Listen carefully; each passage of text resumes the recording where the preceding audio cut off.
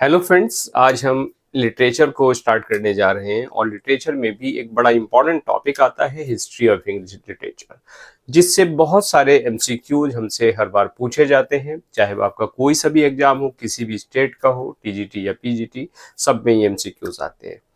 तो इसमें हम इंपॉर्टेंट एमसीक्यूज को का हमने कलेक्शन लिया है। तो चलिए मेरे साथ साथ नोटबुक पेन लेकर बैठिएगा and without wasting any time let's start. सबसे पहला क्वेश्चन देख लेते हैं क्या है। Who introduced the Italian sonnet form into English poetry? Italian sonnet form कहां से आई इंग्लिश पोएट्री में, किसने इसको इंट्रोड्यूस किया? तो William Shakespeare, sir Thomas yard and Joffrey Chaucer and Edmund Spenser. देखिए, बात अगर करते हैं इटालियन सोनेट की, तो ये आई इंग्लैंड में। नाम ही है इटालियन, ओब्वियसली ओरिजिन इसकी इटली से रही और इंग्लैंड में आई और आई ये 16th सेंचुरी में। इसको इंग्लैंड में लाने का जो क्रेडिट जाता है वो जाता है सर थॉमस यार्ड को, और इसी के साथ साथ एक इनके कंटेम्पोरेरी थे द अर्ल ऑफ सरे।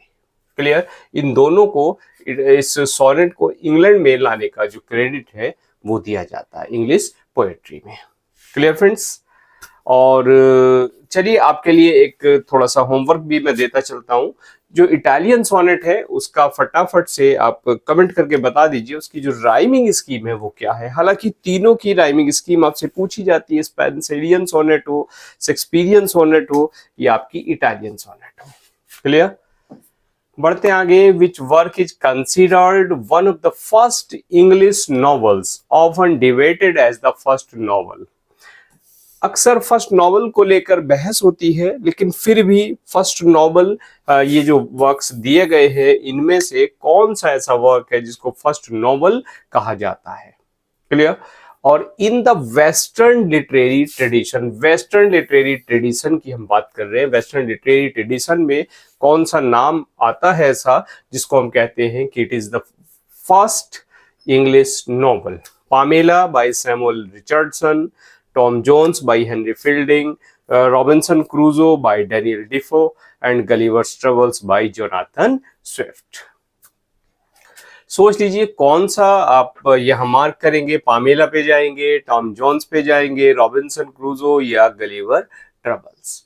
तो देखिए, बात करते हैं, अगर वेस्टर्न लिटरेरी ट्रेडिशन की बात करें तो इसमें जो नाम लिया जाता है वो लिया जाता है रॉबिन्सन क्रूजो का, और ये पब्लिश हुआ था 1719 में, 1719 में आया। इसका जो प्रोज नैरेटिव था और कैरेक्टर डेप्थ थी उसको लेके ये कहा जाता है कि it is the first novel इसको कहा जाता है। Clear? Next question. Who is the first English poet laureate in the formal sense of the title? First English poet laureate, हालांकि एक बार ये क्वेश्चन आया भी है टीजीटी या पीजीटी में किसी में, और नाम दोनों आते हैं। अगर फर्स्ट लॉरेट की बात होती है तो दोनों नाम, यानी बेन जॉनसन भी वहां होगा, चार्ल्स जॉन ड्राइडन भी होगा, चॉसर एंड एडमंड स्पेंसर। तो कौन सा नाम ऐसा है जिसको फर्स्ट ऑफिशियल पोएट लॉरेट कहा जाता है? और देखिए, ऑफिशियल का मतलब यहां हो गया, कह रहा formal sense of the title. Formal sense of the title की बात कर रहे हैं तो यानी ये बात कर रहे हैं ऑफिशियल पोएट लॉरेट की। क्लियर? तो अगर अनऑफिशियल की बात करते हैं तो उसमें नाम आता है बेन जॉनसन का, लेकिन अगर ऑफिशियल की बात होती है तो उसमें ऑफिशियल पोएट लॉरेट जो बनाया था वो बनाया था जॉन ड्राइडन को। फटाफट से कमेंट करके बता दीजिए जॉन ड्राइडन को कब बनाया और किसने बनाया। देखिए, एक क्वेश्चन के पैरेलल कई क्वेश्चन आपके तैयार होते चलते हैं। क्लियर? जॉन ड्राइडन की बात करें,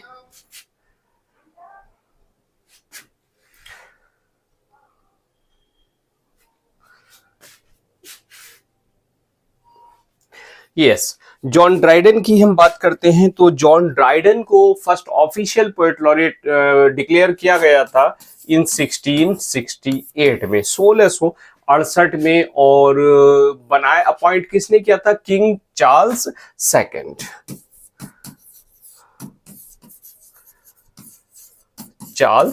ने। क्लियर? First official. और अनऑफिशियल की बात करते हैं तो वहां पर बेन जॉनसन आता है। क्लियर?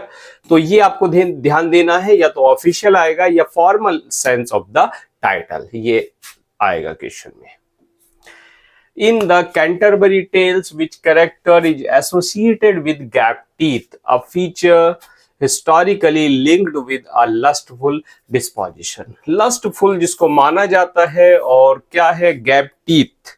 तो गैप टीथ किस कैरेक्टर का था? हालांकि देखिए कई बार क्या है क्वेश्चन, आप अगर हिस्ट्री की entire history of English literature की बात करते हैं तो उसके माध्यम से आपको क्या कई बार आउट ऑफ सिलेबस क्वेश्चन भी आ जाते हैं।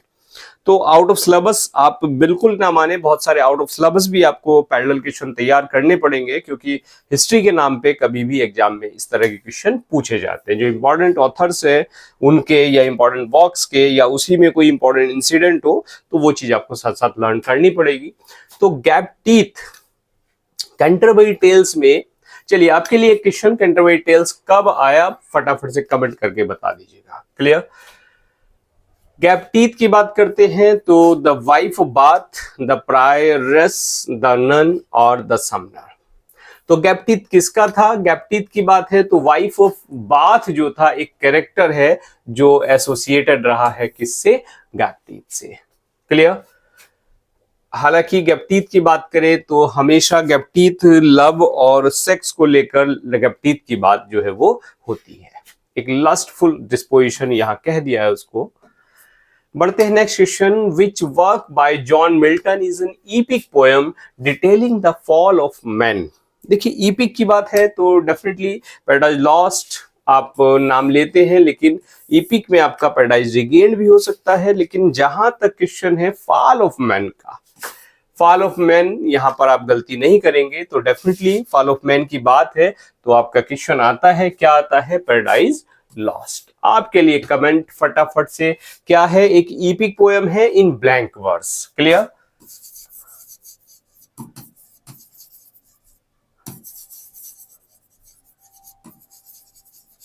आपके लिए कमेंट फटाफट से बता दीजिएगा ये कब पब्लिश हुआ।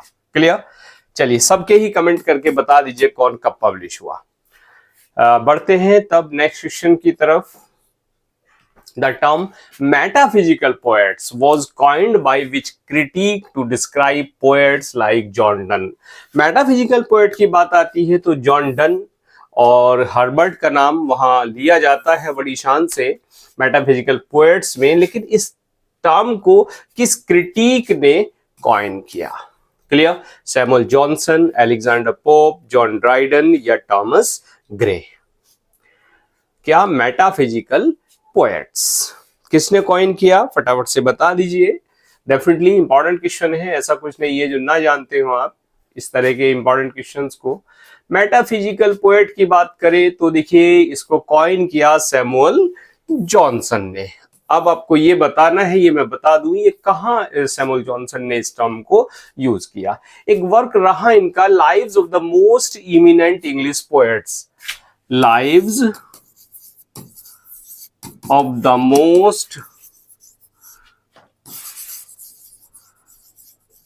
eminent English poets। तो इस वर्क में इन्होंने इस टर्म को पहली बार कॉइन किया। किसको? मेटाफिजिकल पोएट्स को। क्लियर? बढ़ते हैं नेक्स्ट क्वेश्चन पे। Which poet is famous for the phrase beauty is truth, truth beauty? Beauty is truth, truth beauty। इसमें एक फिगर स्पीच भी है प्यारी सी, फटाफट से कमेंट करके बता दीजिए कौन सी फिगर स्पीच इस लाइन में रिप्रेजेंट होती है। In his ode on a Grecian aunt।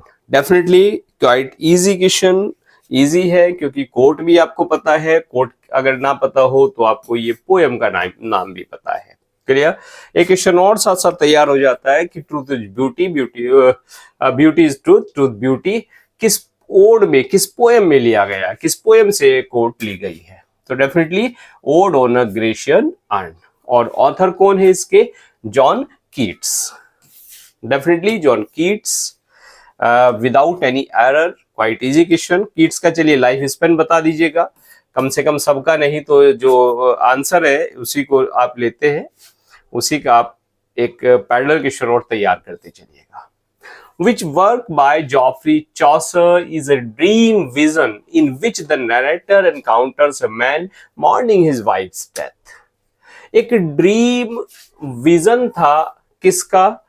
Geoffrey चौसर का, जिसमें नरेटर एनकाउंटर से मैन, नरेटर एक मैन से मिलता है मॉर्निंग हिज वाइफ्स डेथ, जो अपनी पत्नी की मृत्यु पर विलाप कर रहा था। तो कौन सा वर्क है? एक बार आंसर देख लेते हैं options. Troilus and Criseyde, the Canterbury tales, the book of the duchess, the legend of good women. देखिए, अगर आप मॉर्निंग की बात करें वाइफ्स डेथ की, तो उसमें एक वर्क आपका लिया जाता है the book of the duchess. इस वर्क को आप कहते हैं, ये जो वर्क है क्या है? एक ड्रीम विजन रहा है जॉफ्री चौसर का, जिसमें नरेटर एनकाउंटर्स करता है एक व्यक्ति से जो अपनी वाइफ की डेथ पर विलाप करता है। क्लियर?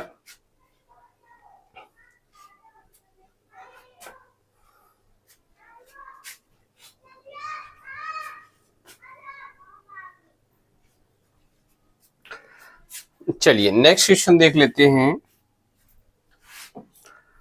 विच पोएट्स मैग्नम ओपस? बड़ा प्यारा सा वर्ड मिला, मैग्नम ओपस। मैग्नम ओपस कहा जाता है किसको?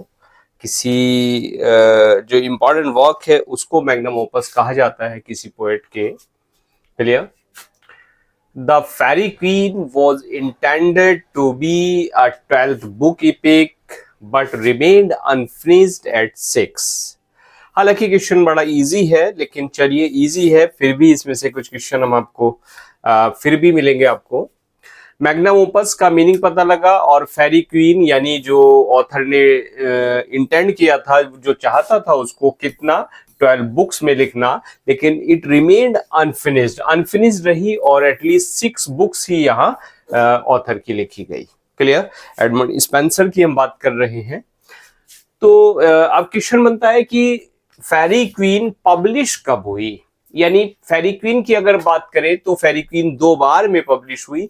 पहली बार इसकी बुक फर्स्ट से बुक 3rd पब्लिश हुई थी 1590 में। क्या 1590 में। इसके बाद ये रीपब्लिश्ड हुई, क्या बुक 1 to 3rd रीपब्लिश्ड हुई, और इसी के साथ साथ book 4th to 6th, 4th, 5th and 6th ये भी पब्लिश हुई, और 1596 में।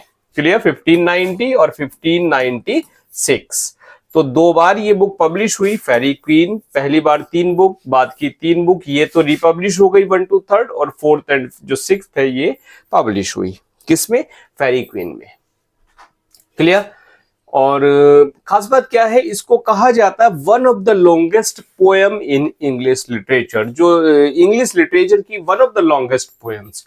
और खास बात ये है इसमें 4000 स्टेंजाज हैं इस बुक में, यानी इस पोएम में यू कैन से, और इसी के साथ साथ 36,000 लाइन्स हैं इस फेरी क्वीन में। और एक बात और आती है इसमें, एडमंड स्पेंसर ने एक स्टेंजा जो है कॉइन किया, जिसको कहा जाता है स्पेंसेरियन स्टेंजा। उसको जो कॉइन किया वो पहली बार उन्होंने इस बुक में कॉइन किया, स्पेंसेरियन स्टेंजा को। क्लियर? आपके लिए स्पेंसेरियन स्टेंजा, अगर यहाँ 2-3 बातें आपको पता लगी तो आपके लिए कमेंट भी है, फटाफट से कमेंट करके ये मुझे बता दीजिए स्पेंसेरियन स्टेंजा कितनी लाइंस का होता है और उसमें क्या राइमिंग स्कीम होती है। क्लियर? डेफिनेटली देखिए, अगर यहाँ हम 25 क्वेश्चंस का अगर आज का हमारा लेक्चर है, तो डेफिनेटली इसके साथ साथ आपको 50 क्वेश्चंस मोर 50 आपको कंप्लीट हो जाएंगे, यानी 75 to 80 क्वेश्चन आपको यहाँ इस लेक्चर से कवर होंगे। Which playwright is credited with coining phrase like good riddance? बड़ा ही प्यारा सा क्वेश्चन कि कौन सा राइटर है जिसने कौन सा प्लेराइट है, एक बार प्लेराइट की स्पेलिंग भी आई है लिखने के लिए, एग्जाम में पूछी गई है, तो स्पेलिंग भी प्यारी सी है, प्लेराइट, याद कर लीजिएगा इसको, WRIGST होता है प्लेराइट। क्लियर। तो गुड रिडेंस कॉइन किया किसने किया? Christopher Marlowe, Ben Jonson, William Shakespeare and John Webster. Good riddance, और गुड रिडेंस की बात करें तो इस फ्रेज का जो मतलब है, जब एक फीलिंग आपको आती है कैसी, किसी अनप्लीजेंट व्यक्ति के या अनप्लीजेंट वस्तु के जाने के बाद, तो उसको आप कहते हैं गुड रिडेंस। क्लियर। यानी एक रिलीफ की फीलिंग, जब किसी का डिपार्चर हो जाता है, किसी अनप्लेजेंट थिंग का या अनप्लेजेंट पर्सन का डिपार्चर हो जाने पर जो गुड फीलिंग होती है उसको आप गुड रिडेंस कहते हैं। क्लियर। तो ये जो फ्रेज कॉइन किया, चलिए आंसर बता देता हूं मैं इसका, ये कॉइन किया विलियम शेक्सपियर ने। और विलियम शेक्सपियर ने कॉइन किया तो एक क्वेश्चन और बन जाता है कि शेक्सपियर ने कब कॉइन किया। एक वर्क रहा है आपका विलियम शेक्सपियर का, ट्रायलस एंड क्रेसिडा। क्या? ट्रायलस एंड क्रेसिडा। तो ट्रायलस एंड क्रेसिडा में उन्होंने इस टर्म को कॉइन किया। हालांकि कुछ और फ्रेजेस हैं विलियम शेक्सपियर को, जो विलियम शेक्सपियर ने कॉइन किए। चलिए किसी एक लेक्चर में वो सारे 10-15 जितने भी फ्रेजेस हैं इंपॉर्टेंट से आपके एग्जाम की दृष्टि से, उनको लेके आपके एक साथ आपको मैं किसी लेक्चर में दे दूंगा। क्लियर। तो फिलहाल तो आपके लिए ये 2 क्वेश्चन, क्या गुड रिडंस किसने कॉइन किया? विलियम शेक्सपियर ने। और कहां कॉइन किया? क्या आया आंसर आपका? ट्रायलस एंड क्रेसिडा में। The poem the rime of the ancient mariner, बड़ी प्यारी सी पोयम है, पूरी पोयम एक्सप्लेन करके मैंने आपको डाली हुई है, बड़ी प्यारी सी poem. Is included in which publication that is considered the beginning of the Romantic era. हालांकि क्वेश्चन इजी है, बहुत डिफिकल्ट नहीं है। किसने लिखी? Ancient mariner, definitely S T Coleridge की एक बड़ी फेमस सी पोयम रही है। और खास बात क्या है कि ये पहली बार पब्लिश हुई किसमें? लिरिकल बैलेड्स में। लिरिकल बैलेड्स कब आया? 1798 में। क्लियर। 1798 में ये पोयम पब्लिश हुई। और देखिए अगर बात कर रहे हैं लिरिकल बैलेड की, तो रोमांटिक मूवमेंट जो है उसकी शुरुआत जो कही जाती है वो लिरिकल बैलेड से कही जाती है, लिरिकल बैलेड से मानी जाती है। यानी एक रोमांटिक रिवाइवल जो है वो, उसका क्रेडिट अगर जाता है वो लिरिकल बैलेड्स को जाता है। तो इसी में एक क्वेश्चन के साथ और क्वेश्चन बन जाते हैं, कई बन जाते हैं कि लिरिकल बैलेड में टोटल कितनी पोयम थी? 23 पोएम्स थी। क्लियर। और 23 में आपको कमेंट करके बता देना है वर्ड्सवर्थ की कितनी थी और कॉलरिज की कितनी थी। क्लियर। एक क्वेश्चन आपके लिए, एक कमेंट। और इसी के साथ साथ लिरिकल बैलेड की फर्स्ट पोएम कौन सी थी और लास्ट कौन सी थी? चलिए फर्स्ट लास्ट में बता देता हूं, वरना आप कहेंगे इतने सारे कमेंट्स। फर्स्ट पोएम थी आपकी टेंडर नेबे और लास्ट पोएम थी द एंसेंट मारिनर। क्लियर। तो आंसर आपका आ जाता है क्या? Lyrical ballads. बढ़ते हैं नेक्स्ट क्वेश्चन पे। विच 18th century author wrote a dictionary that set a standard for lexicography in English? हालांकि डिक्शनरी की बात करें, बहुत सारे ऑथर्स आए, सबने बहुत सारे ऑथर्स ने कोशिश की डिक्शनरी को लिखने की, लेकिन जो एक स्टैंडर्ड डिक्शनरी मानी जाती है वो मानी जाती है किसकी? Samuel Johnson, John Dryden, Alexander pope and Jonathan Swift. तो डेफिनेटली बात डिक्शनरी की आती है तो आती है सैमुअल जॉनसन की डिक्शनरी। और ये जो आई थी, ये आई, याद रख लीजिए आप, 1755 में, 1755 में। क्लियर। एक स्टैंडर्ड डिक्शनरी, सैमुअल जॉनसन। बढ़ते हैं next question. Which Victorian novel famously starts with the line it was the best of times, it was the worst of times. एक फेमस नॉवल है जो शुरू होता है इस लाइन से। विक्टोरियन नॉवल है, खास बात यह है। और विक्टोरियन नॉवल है तो it was the best of time, it was the worst of time. Clear. Bleak House, Oliver Twist, a tell of to Cities and David Copperfield. ये है किसके? ये तो डेफिनेटली आप समझ गए होंगे, चार्ल्स डिकेंस के सारे नॉवेल्स हैं। और अगर इस लाइन की बात करें तो अ टेल ऑफ टू सिटीज जो शुरू होता है वो इस लाइन से शुरू होता है। किससे? It was the best of times, it was the worst of times. और खास बात यह है कि 18 सेंचुरी में आया और ये लिखा गया 18 क्या 19 कहिए आप, 1859 में ये नॉवल जो है a tell of to cities publish हुआ। और एक बार क्वेश्चन भी आया है कि टू सिटीज में टू सिटीज कौन कौन से हैं, हालांकि इजी क्वेश्चन है फिर भी चलिए कमेंट करके बता दीजिएगा फटाफट से टू सिटीज जो हैं वो कौन से हैं। क्लियर? और जो टू सिटीज पर, चलिए मैं बता दूं आपको, लंदन और पेरिस की यहां बात कर रहे हैं, उन टू सिटीज पर जो एक रिवॉल्यूशन रही है, फ्रेंच रिवॉल्यूशन, उसका क्या इंपैक्ट पड़ा उसको ये नॉवल जो है वो डिपिक्ट करता है। किसको? फ्रेंच रिवॉल्यूशन के इंपैक्ट को। क्लियर?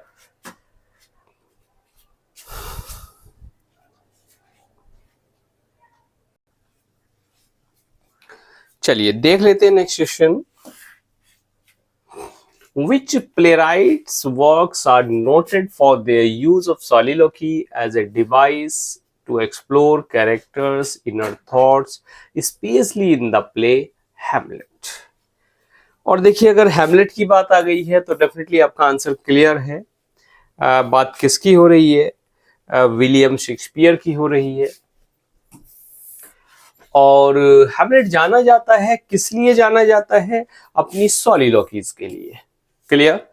तो कुछ सॉलिलोकीज बड़ी फेमस रही हैं विलियम शेक्सपियर की हैमलेट में, और इंटरनल कॉन्फ्लिक्ट को जो सॉलिलोकीज हैं वो बताती है। हैमलेट उस कॉन्फ्लिक्ट को उन सॉलिलोकीज के माध्यम से बताता है। क्लियर? तो आपका आंसर हो जाता है विलियम शेक्सपियर। चलिए एक कमेंट तो फटाफट कर दीजिएगा, हैमलेट कब पब्लिश हुआ था?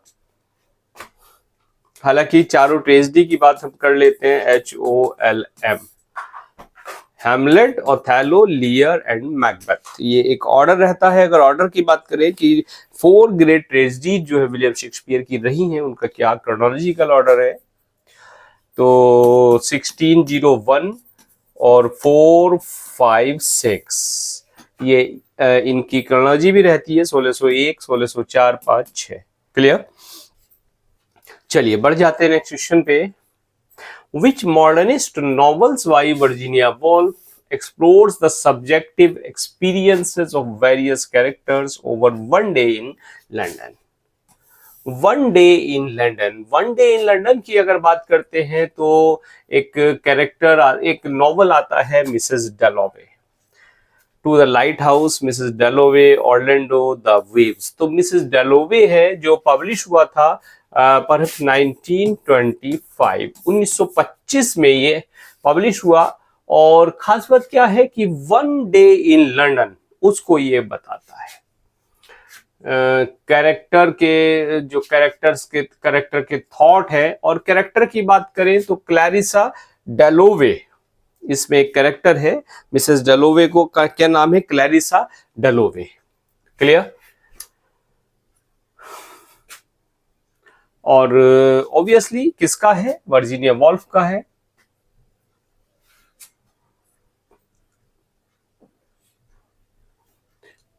Next question, which of the following authors was part of the Bloomsbury group known for their modernist influence? अपने modernist influence के लिए अगर जाने जाते हैं तो उनको कहा जाता है, ग्रुप है ब्लूम्सबरी ग्रुप या Bloomsbury set, SET set, Bloomsbury set भी कहा जाता है। क्लियर? इसमें George Orwell, Virginia Woolf, James Joyce और DH लॉरेंस। तो कौन सा नाम आता है? इसकी जो इंपॉर्टेंट फिगर रही है, चीफ फिगर रही है, वो रही है आपकी वर्जीनिया वोल्फ। वर्जीनिया वोल्फ रही है, और एक और राइटर थे JM केनस, EM फॉस्टर और वेनेसा बेल और लिटॉन स्ट्रेची। ये कई ऑथर्स रहे हैं जो ब्लूम्सबरी ग्रुप में जिनका नाम जो है लिया जाता है। क्लियर। और ब्लूम्सबरी ग्रुप ये 20th सेंचुरी का ये एक ग्रुप रहा है, 20वीं शताब्दी का। इनका जो इन्फ्लुएंस है, इनके जो वर्क्स हैं वो इन्फ्लुएंस करते हैं स्पेशली लिटरेचर को, एस्थेटिक्स को, इकोनॉमिक्स को। और इकोनॉमिक्स के साथ साथ बात आ जाती है आपकी फेमिनिज्म की भी बात करते हैं, पैसिफिज्म की भी बात करते हैं, उनके एटीट्यूड को, और सेक्सुअलिटी की वो बात करते हैं। क्लियर। तो इसमें जो नाम लिया जाता है वो वर्जीनिया वुल्फ का जो नाम है वो लिया जाता है। Who is the central figure in the Piers Plowman, a major Middle English allegorical poem? तो एवरीवन, विलियम लैंगलैंड, पायर्स और सर गैवन। पायर्स प्लोमैन की अगर बात करते हैं तो पायर्स प्लोमैन एक वर्क रहा है किसका? विलियम लैंगलैंड का। पहली बात, विलियम लैंगलैंड का ये वर्क रहा है पायर्स प्लोमैन। एक क्वेश्चन तो यहीं से बन जाता है। और मिडिल इंग्लिश एलेगोरिकल पोएम जो है ये कही जाती है। क्लियर। तो इसमें जो सेंट्रल फिगर की बात करें तो पायर्स है, पायर्स प्लोमैन, तो पायर्स है जो है ये एक सेंट्रल फिगर है। तो आपका आंसर तो यहां हो गया। और पायर्स क्या है? एक क्रिश्चियनिटी को बताने वाला, यानी एक ऑनेस्टी को बताने वाला, एक ऑनेस्ट प्लोमैन की अगर फिगर है तो उसमें नाम लिया जाता है पायर्स का। क्लियर। जो रिप्रेजेंट करती है क्रिश्चियन लेबर को, ऑनेस्टी को जो रिप्रेजेंट करती है, क्या? पायर्स। तो आपका आंसर पायर्स हो जाता है। Next question, which sonnet sequence by Elizabeth Barrett Browning? और एलिजाबेथ बैरेट ब्राउनिंग यानी रॉबर्ट ब्राउनिंग से क्या इनका कोई कनेक्शन है? और है तो बता दीजिए क्या कनेक्शन रहा है रॉबर्ट ब्राउनिंग से। Famously begins, how do I love thee, let me count the ways, how do I love thee, let me count the ways। बड़ी प्यारी सी एक सोनेट। क्लियर। और खास बात क्या है, एक सोनेट सीक्वेंस, एक सोनेट सीरीज ये रही है। क्लियर। और स्पेशली लव सोनेट्स की। कैसी सोनेट्स? लव सोनेट्स की। और ये जो सोनेट रही है, ये खास बात क्या है, उस सीरीज में जो 44th सोनेट है, 44वीं सोनेट है, उस सोनेट की ये लाइन है, वो शुरू होती है, how do I love thee, let me count the ways. बड़ी प्यारी सी एक लाइन। तो ऑप्शन है आपके पास, sonnets from the Portuguese, Amoretti, Astrophel and Stella and the sonnets. देख लीजिए चारों ऑप्शन में से कौन सा ऑप्शन सही होगा। Sonnet from the Partigues, Amrotti, Strophel and Stella, the sonnets। तो आंसर आपका sonnets from the Partigues। हालांकि sonnets from the Partigues, तो Partigues से ली नहीं गई है। हालांकि जो टाइटल है, टाइटल ही है sonnets from the Partigues। Partigues की कोई सोनेट नहीं है भैया, Partigues से बिल्कुल नहीं ली गई है। और खास बात ये है, ये जो सोनेट सीरीज रही है, ये रॉबर्ट ब्राउनिंग को डेडिकेट कर दी गई। क्लियर। ऑथर ने रॉबर्ट ब्राउनिंग को इसको डेडिकेट कर दिया। और ये जो पब्लिश हुई, ये लगभग लिखी गई 1845-46 के आसपास ये सोनेट्स जो है वो लिखी गई। और 44 लव सोनेट्स का कलेक्शन है। खास बात ये है, तो 44th वाली ये बताई दी है कौन सा क्वेश्चन है, यहाँ इन्होंने पूछा है। तो पोर्टुगीज से नहीं ली गई है, पोर्टुगीज से कोई ट्रांसलेशन नहीं है इनमें। क्लियर। खास बात।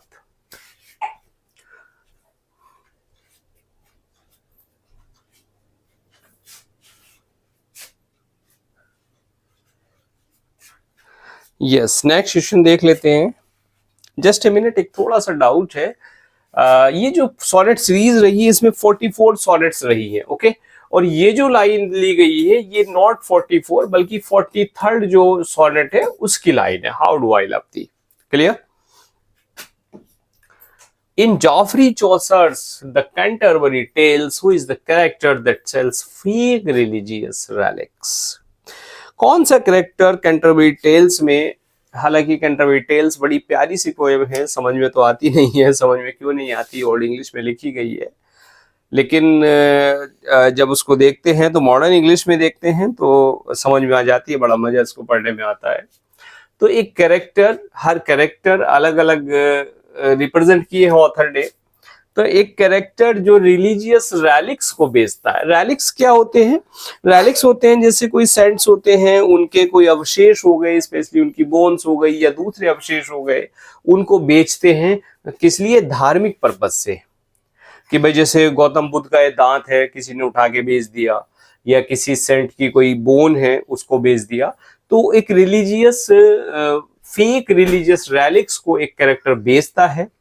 तो अब ये बेचता है तो डेफिनेटली उस एज में, देखिए चौसर ने उस एज में जो भ्रष्टाचार था, करप्शन इन क्लर्जी था, चर्च में जो भ्रष्टाचार था, उसको इस माध्यम से, इस कैरेक्टर के माध्यम से वो दिखा रहे हैं। क्लियर? कैरेक्टर है आपका the Sumner, partner, the monk and the fryer. तो कौन सा कैरेक्टर है जो फेक रिलीजियस रैलिक्स जो है वो बेचता है? क्लियर? चौसर के 2 क्वेश्चन आज हमारे पास आ गए हैं। उस करप्शन को वो बताते हैं, और डेफिनेटली अगर बात आंसर की करें तो द पार्टनर। पार्टनर एक कैरेक्टर है जो फेक रिलीजियस रैलिक्स को बेचता है।